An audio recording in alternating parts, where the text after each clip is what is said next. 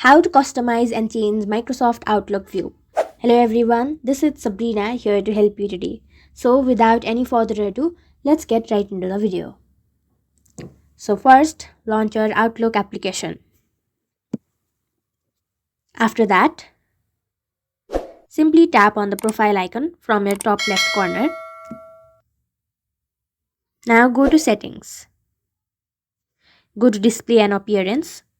From here, you will be able to customize your Outlook app appearance from here. You can add images,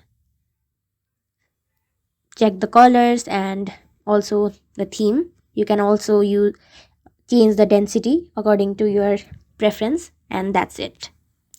So that's how you do it. Thank you for watching this video. Make sure to like, share, and subscribe to our YouTube channel. If you got any questions, comment them down, and I'll catch you in the next one.